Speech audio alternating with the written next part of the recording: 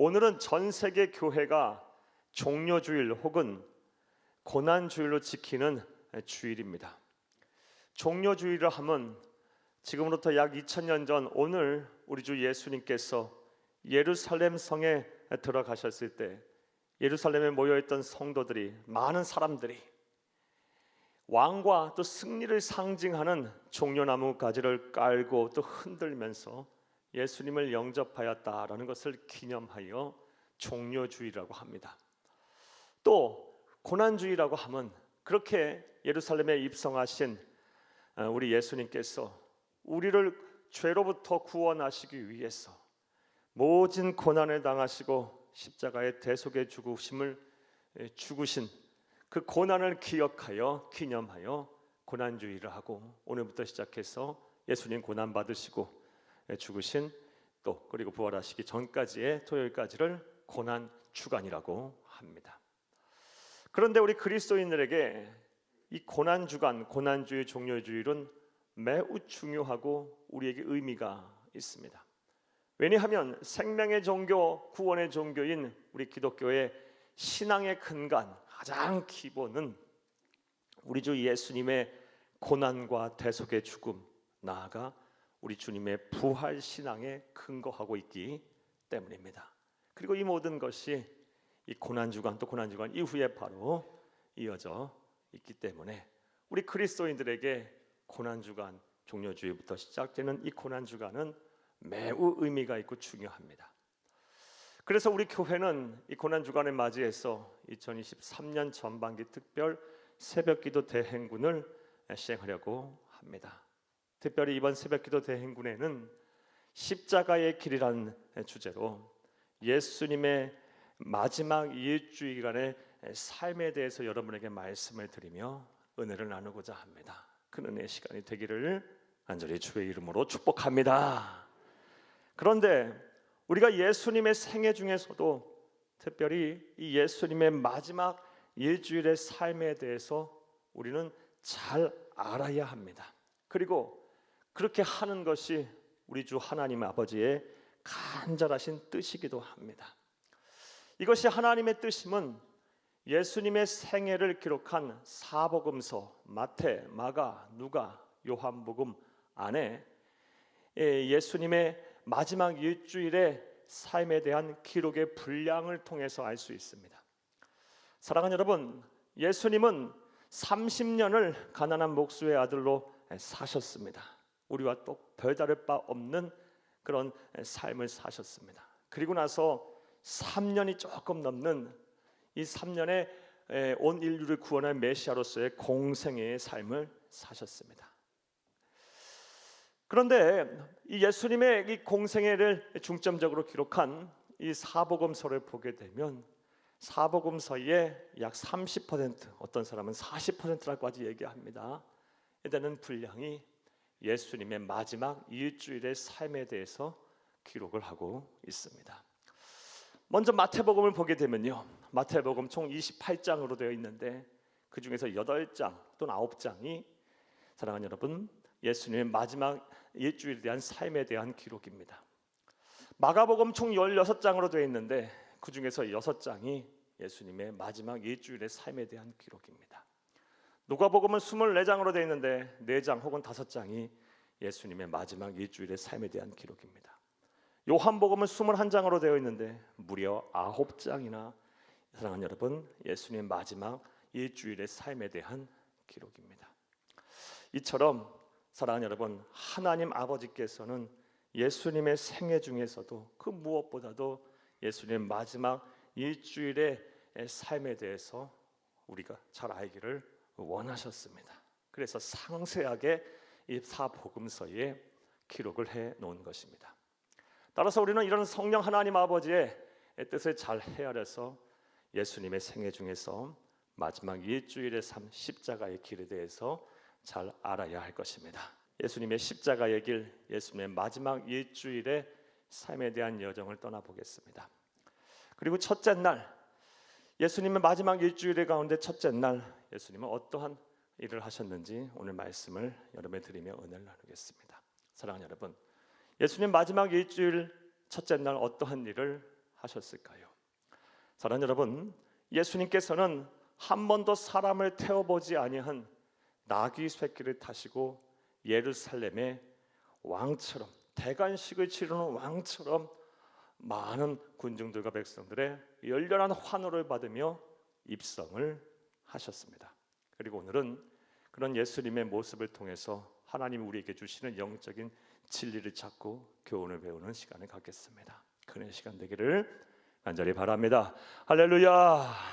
사랑하는 여러분, 이 앞서 먼저 본문의 내용 설명부터 여러분에게 좀 해드리겠습니다.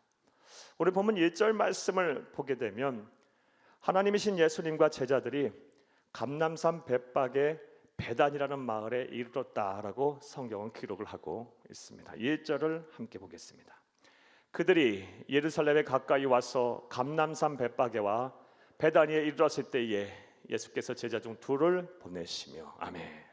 사랑하는 여러분, 이스라엘의 정치, 경제, 종교, 사회의 중심지인 예루살렘은 지형적으로 볼 때 높은 언덕 위에 형성이 되어 있습니다. 그리고 예루살렘 건너편에 감람산이라는 산이 있습니다. 이 감람산에 예수님께서 평소 기도하시고 죽기 직전까지 새벽녘까지 땀방울이 핏방울까지 기도하셨던 겟셋만의 동산이 있습니다. 이 감람산과 예루살렘 사이에 여러 작은 마을들이 있는데 그 마을들이 우리 성경에 기록된 말씀드린 마을들인 벳바게와 베단이라는 마을입니다. 그러니까 예수님께서 감람산 벳바게 베단에 이르셨다는 것은 이제 예루살렘에 들어가기 직전 바로 입성을 목전에 두고 있다라는 말씀입니다. 자, 그런데 예수님께서 오늘 본문 2절 이하의 말씀에 보면 그곳에 이르렀을 때 제자들에게 아주 특별한 말씀을 명령하셨습니다. 오늘 2절에서 3절 이하의 말씀을 보게 되면 제자 둘을 선택해서 건너편 마을에 가서 사람을 한 번도 태워보지 아니한 나귀 새끼를 끌고 오라고 명령을 하셨습니다. 그리고 만약에 주인들이 묻거든 주가 쓰시겠다 하라라고 말씀을 하셨습니다. 이런 예수님의 말씀에 제자들은 아무 소리 하지 않고 순종을 하였습니다. 또한 이 나귀 새끼의 주인 또한 마찬가지예요. 주가 쓰시겠다 하니까요, 그냥 아무 소리 아니하고 또 내어드렸어요. 순종의 모습을 보인 겁니다. 우리는 이런 제자들과 나귀 새끼 주인의 모습을 통해서 하나님이 쓰시고 하나님이 복을 주시는 사람의 선명한 기준에 대해서 잘 알 수가 있습니다. 자, 그렇다면 그것이 뭘까요? 사랑하는 여러분, 하나님이 쓰시고자 하는 사람, 하나님이 찾으시고 복을 주시는 사람은 하나님의 말씀에 순종하는 사람임을 믿으시기를 간절히 주의 이름으로 축복합니다. 사랑하는 여러분, 그런 하나님께서 지금도 저와 여러분을 향해서 말씀을 하고 계십니다. 사랑하는 딸아, 사랑하는 아들들아, 뭘 그렇게 염려하고 근심하느냐? 기도해라, 기도해라, 기도 쉬는 자를 범치 말라 하고 말씀하세요. 그 말씀에 순종하고 염려와 근심에서 벗어나면 되는 거예요. 또 하나님께서 우리에게 말씀하고 계세요. 주일을 나의 날로 여겨 지키고 온전히 성소하라 그러셨어요. 주일 성소 최선을 다해서 순종해서 하면 되는 거예요. 또 예배를 생명같이 귀하게 여기라고 말씀하셨습니다. 예배를 잘 드려라, 잘 준비해서 드려라 말씀하세요. 갈급한 심령, 사모하는 마음으로 잘 준비해서 여러분 예배를 잘 드리시기를 바라요. 또 우리의 몸, 우리의 마음이 하나님이 거하시는 거룩한 성전이므로 악한 생각, 불의한 생각, 음란한 생각, 거짓과 시기와 질투 같은 생각 하지 말고 우리 몸을 깨끗게 하고 마음을 깨끗하게 하랬으니 그런 거룩한 삶 사는 거 순종하면 되는 거예요. 순종하면 간다는 거예요. 무엇보다 때를 얻든지 못 얻든지 나가서 복음 전하라, 영혼 구원해라. 추수할 곳은 많은데 추수할 자가 없구나 탄식하시면서 명령하신 우리 주 하나님이신 예수님의 명령, 그 말씀 잘 따라 순종하면 되는 거예요. 하나님은 순종하는 자를 선택하여 쓰시고 순종하는 자에게 복을 주심을 믿으시기를 간절히 주의 이름으로 축복합니다. 자, 다시 본문의 내용 설명으로 들어가 보겠습니다. 7절 이하의 말씀, 오늘 본문 7절 이하의 말씀에 보게 되면 그렇게 해서 끌고 온 나귀 새끼를 예수님은 타셨습니다.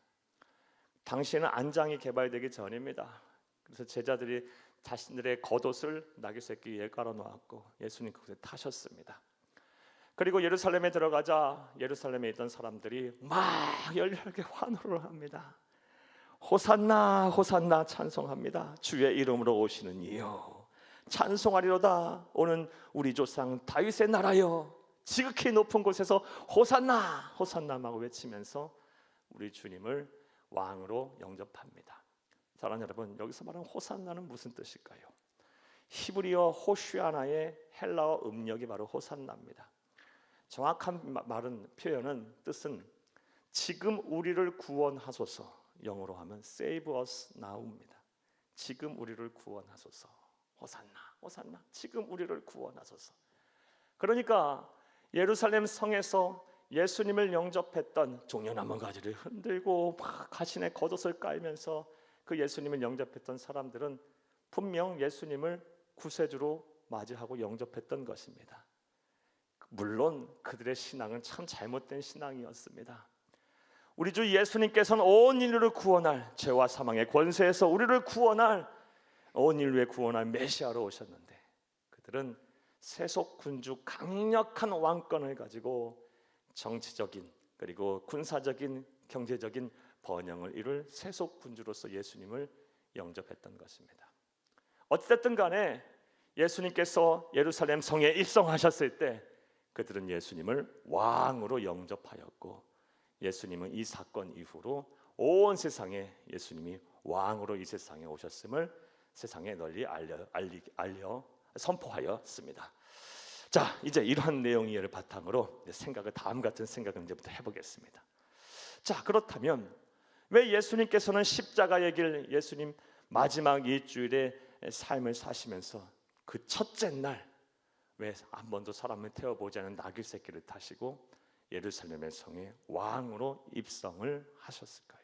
그리고 우리는 이러한 예수님의 모습을 통해서 어떠한 영적인 교훈을 배워야 할까요? 자, 이제부터 따라 하시겠습니다. 첫째로, 따라합니다. 첫째로, 하나님의 말씀을 온전히 이루기 위해서입니다.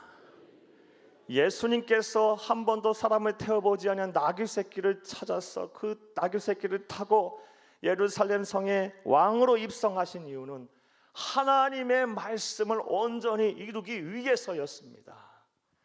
사랑하는 여러분, 하나님의 말씀, 예수님 시점에서의 구약 성경의 말씀을 보게 되면 예수님에 대한 예언의 말씀이 참 많이 나옵니다. 그리고 그 예언의 말씀을 예수님이 이 세상에 오셔서 단 하나도 빠짐없이 다 이루셨습니다. 오늘 본문의 사건, 한 번도 사람을 태워보지 않은 나귀 새끼를 타고 예루살렘에 입성하게 될 거라는 그 예언의 말씀도 있어요. 스가랴서 9장 9절을 함께 보겠습니다. 시온에 따라 크게 기뻐할지어다. 예루살렘에 따라 즐거이 부를지어다. 보라, 네 왕이 내게 임하시리니 그는 공의로우시며 구원을 베푸시며 겸손하여서 나귀를 타시나니 나귀의 작은 것고 나귀 새끼니라. 아멘. 사랑하는 여러분, 스가랴 선지자는 예수님 탄생하기 전 500년 전 사람이에요. 500년 전에 이미 예언의 말씀을 하셨고 이 예언의 말씀대로 오셨고 이 말씀을 이루시기 위해서 십자가의 길, 예수님의 마지막 일주일의 여정 그 첫째 날에 이 말씀을 이루시기 위해서 한 번도 사람을 태워보지 않은 나귀 새끼를 타고 대관식을 치르는 왕처럼 예루살렘에 입성하셨음을 믿으시기를 간절히 주의 이름으로 축복합니다. 이처럼 하나님이신 예수님은 말씀하신 거 반드시 지키시는 신실하신 분이십니다. 그런데 이러한 예수님이, 이런 예수님의 속성, 예수님의 신실성이 오늘날 세상을 사는 우리에게도 참 위로가 되고 은혜가 됩니다. 과거 하나님의 말씀을 다 이루셨던 그 예수님, 지금도 변함없이 그리고도 앞으로도 변함없이 우리를 향한 하나님의 약속의 말씀을 다 성취하시고 이루실 것이기 때문입니다. 사랑하는 여러분, 하나님께서는 우리를 향해 참 많은 약속의 말씀을 주셨어요. 두려워하지 말라. 내가 너와 함께 하겠다. 내가 너희를 고아처럼 내버려 두지 아니하고 내가 너에게 오겠다. 함께 하겠다. 담대하라. 내가 세상을 이기었느니 너희도 세상을 이기게 하겠다. 그 누구도 그리스도 예수 안에 있는 하나님의 사랑에서 끊을 수 없게 하겠다. 그 말씀, 약속의 말씀은 한두 가지 주신 것이 아니에요. 기도해라, 기도하면 모든 것 좋은 것 주겠다. 이런 말씀들이 한두 가지 아니에요. 사랑하는 여러분, 약속하신 거 반드시 지키시는 하나님이신 예수님, 과거에도 그랬고 지금도 그렇고 앞으로도 이 약속의 말씀을 이루셨고 이루실 것이고 앞으로도 이루실 거예요. 이루시고 계시고 이루실 겁니다. 그러므로 우리가 삶이 아무리 힘들고 어렵더라도, 지금은 고통스럽고 지금은 앞이 잘 보이지 않는다 할지라도 절대로 낙심할 필요가 없습니다. 사랑하는 여러분, 갈라디아서 6장 9절 말씀에 너희가 선을 행하되 낙심하지 말지니 포기하지 아니하면 때가 이름에 거두리라. 때가 이름에 거두리라. 그때는 하나님 약속하신 말씀 이루실 때예요. 그때가 되면 반드시 하나님 거두게 하실 거예요. 따라서 아무리 힘들고 어렵더라도 이런 약속의 말씀 꼭 붙잡고 우리 주 예수 그리스도의 신실성을 기대어 이 말씀, 그것을 믿으며 이 어려운 시간들도 잘 보내시고 지나가는 여러분 되기를 간절히 주의 이름으로 축복합니다. 축복합니다. 자, 예수님 십자가의 길을 가시며 마지막 일주일의 여정 가운데 첫째 날 왜 사람을 한 번도 태워보지 않은 나귀 새끼를 타고 예루살렘에 입성하셨습니까? 하나님의 말씀을 온전히 이루시기 위해서입니다. 또 두 번째로 왜 그런 일을 행하셨을까요? 따라하시겠습니다. 둘째로 유월절 희생제물인 어린 양이 되시기 위해서입니다. 유월절 희생제물인 어린 양이 되시기 위해서 예수님께서 친히 나귀 새끼를 타고 예루살렘에 입성하셨다라고 해석을 하는 아주 흥미롭고 또 때로는 합리적인 그런 해석들이 있습니다. 여러분 한번 잘 들어보시기를 바랍니다. 사랑하는 여러분, 오늘 본문 말씀이 있기 전까지 예수님의 생애를 기록한 사복음서를 보게 되면 우리가 오늘 본문 말씀의 예수님의 행보는 참 낯설다라는 생각이 듭니다. 내용인즉슨 오늘 본문 이전까지 예수님의 모습은 철저하게 공개적으로 자신을 드러내지 않았습니다. 제자들과 군중들에게 기적을 행하시고 이적을 행하셨을 때도 너희들은 내가 이런 일을 했다고 세상에 알리지 말라라고 말씀을 하셨고요. 심지어 요한복음 6장 말씀을 보게 되면 오병이어의 사건, 보리떡 5개와 물고기 2마리 장정만 5,000명 모이고 12광주를 남긴 그 기적을 행하셨을 때 사람들이 막 환호하며 예수님을 왕으로 세우시려고 했을 때도 예수님 도망치듯이 산으로 홀로 기도하러 가셨어요. 그랬던 예수님인데 오늘 본문 말씀에 보면 전혀 다른 행보를 보이고 계세요. 공개적으로 드러내듯이 막 새몰이 하듯이 사람들 막 모아서 군중들 앞에서 마치 대관식을 치르는 왕마냥 그 환호 다 받으면서 예루살렘 성에 왕으로 입성을 하고 계세요. 자, 예수님은 갑자기 왜 이런 행보를 보이신 것일까요? 사랑하는 여러분, 하나님이신 예수님은 철저한 계획과 의도를 가지고 이런 행보를 하신 것입니다. 여러분에 대한 설명 잘 드려보겠습니다. 사랑하는 여러분, 예수님께서 예루살렘의 왕으로 입성하신 그때는 유월절 시즌입니다. 1세기 유대 역사가인 요세푸스의 기록을 보게 되면 예루살렘의 평균 인구, 평상시의 인구는 5만 명 또는 6만 명이었다고 합니다. 예수님 당시요. 그런데 유월절 같은 민족 최대 명절이 되게 되면 예루살렘의 인구가 250만에서 260만 정도가 늘어났다고요. 40배 이상 확 늘어난 거예요. 그렇게 된 이유는요, 당시에 율법이 있었어요. 예루살렘에서 32km 이내에 있는 모든 남자들은 전부 다 명절 되면 예루살렘 와서 제사를 드려야 한다는 율법이 있었고요. 이 율법 말고도 전 세계에 흩어져 있는 디아스포라된 유대인들 명절 때 되면 성지순례 하듯이 예루살렘에 와서 제사를 드렸어요. 그 일로 인해서 유월절 되게 되면 수백만 명이 모이는 그런 도시가 된 거예요. 그 조그만 곳에 사람들로 가득 찬 도시가 된 거예요. 그러한 때를 노려서 예수님께서 많은 사람 앞에서 공개적으로 왕처럼 입성을 하신 것입니다. 의도된 연출이라는 거예요. 사랑하는 여러분, 그런데 그러한 예수님의 왕의 입성을 보는 예수님의 대적자들의 시선은 어땠을까요? 즉 대제사장들, 바리새인들, 서기관들, 무엇보다 로마 정부의 사람들은 어떠한 생각을 가지고 어떠한 시선으로 그런 예수님 바라봤을까요? 예수님 굳이 뭐 죽여야 돼라고 생각했던 사람도 수많은 사람을 몰고 다니면서 왕처럼 일성하는 예수님을 보면서 저 사람 저 살려두면 안 되겠다, 반드시 죽여야 되겠다고 다 그런 생각을 했을 거예요. 그리고 예수님은 그러한 그들의 적개심과 그들의 증오를 자극하고 부추겨서 유월절 날 마치 희생제물이었던 어린 양처럼 죽기 위해서, 죽어야만 우리 온 인류를 구원하기 때문에 예수님께서는 그런 일을 행하셨다라는 거예요. 일리가 있는 해석이에요. 사랑하는 여러분, 자, 그런데 우리는 이러한 예수님의 행보보다 더 중요한 것이 있어요. 그런 행보를 보이시는 예수님의 속마음을 우리는 살펴야 돼요. 그것을 알아야 돼요. 예수님은 어떤 마음을 가지고 그런 일을 하고 계실까요? 사랑하는 여러분, 예수님의 마음은 단 하나예요. 영혼 구원, 영혼을 사랑하는 마음, 우리를 사랑하는 마음, 우리를 너무 사랑해서 구원해야겠다는 그 일념 하나밖에 없는 거예요. 그래서 십자가의 길이 모욕과 천대와 멸시, 그리고 결국 죽음에 이르는 길이라는 걸 뻔히 알면서도 수많은 사람들 모여 있을 때 공개적으로 자신을 왕처럼 드러내면서 수많은 자신을 대적하는 사람들 앞에 자신을 내놓은 거예요. 사랑하는 여러분, 그게 우리 하나님 아버지이신 우리 예수님의 마음이었던 거예요. 그러므로 예수님에게 귀한 생명을 빚진 우리들, 이 예수님의 마음을 잘 헤아려야 돼요. 영혼을 사랑하는 마음, 영혼 구원의 일념, 우리는 이 마음을 잘 헤아려서 예수님처럼 우리 또한 영혼들을 사랑해야 돼요. 남녀노소 빈부귀천 귀하지 않은 영혼들이 없어요. 누구에게나 다 잘해야 되고 사랑해야 돼요. 무엇보다 그들에게 예수와 복음을 소개해서 그들의 영혼을 구원해야 돼요. 우리가 구원하지 않으면 영원한 사망을 향해 달려갈 거예요.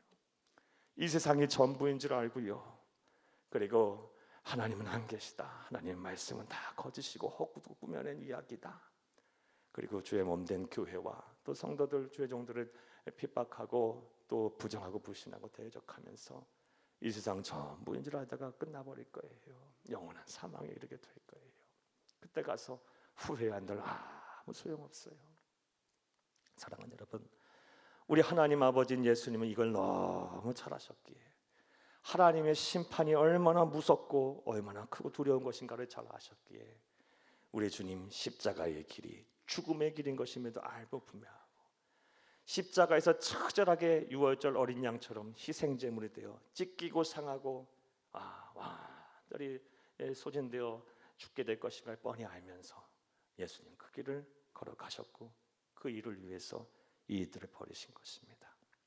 사랑하는 여러분, 이런 예수님의 마음을 잘 헤아리는, 또 헤아리고 여러분 예수님의 마음을 잘 헤아려서 예수님의 마음을 시원케 해드리는 귀하고 복된 성도님들이 다 되기를 간절히 주의 이름으로 축복합니다. 말씀을 맺겠습니다. 사랑하는 여러분, 오늘은 예수님의 십자가의 길, 첫 번째 개선의 길로 왕의 입성에 관한 말씀을 드렸습니다. 예수님의 마지막 일주일의 여정 가운데 첫째 날 예수님은 무엇을 하셨습니까? 한 번도 사람을 태워보지 않은 나귀 새끼를 타고 왕처럼 예루살렘에 입성을 하셨습니다. 그리고 그것은 예수님의 철저한 계획과 의도하에 이루어진 사건입니다. 먼저 하나님의 말씀을 온전히 이루시기 위해서, 나아가 영혼을 구원하기 위해서 유월절에 구약의 말씀대로 친히 희생제물이 되셔서 하나님께 자신을 바쳐드려야만, 죽어서 드려야만 온 인류를 구원할 수 있기에 예수님은 그 일을 행하신 거예요. 그리고 이러한 예수님의 모습을 통해서 우리 그리스도인이 이 세상을, 남은 여생을 어떻게 살아야 하는지 우리는 답을 얻게 돼요. 먼저 사는 것이 아무리 힘들고 어렵더라도 예수에 대한 확신을 거두지 마시기를 바라요. 사랑하는 여러분, 예수님은 약속하신 거 반드시 지키시고 이루시는 분이에요. 예수에 대한 신뢰를 놓지 마세요. 예수가 답이에요. 예수가 여러분의 삶의 문제 해결하는 열쇠가 돼요. 정답입니다. 나아가 사랑하는 여러분, 우리 주 예수님처럼 영혼 구원의 그런 사명이 우리에게 있음을 알고 때를 얻든지 못 얻든지 힘을 다해 최선을 다해 영혼을 사랑하고 영혼을 구원하는 저와 여러분 되기를 간절히 주의 이름으로 축복합니다. 축복합니다. 축복합니다.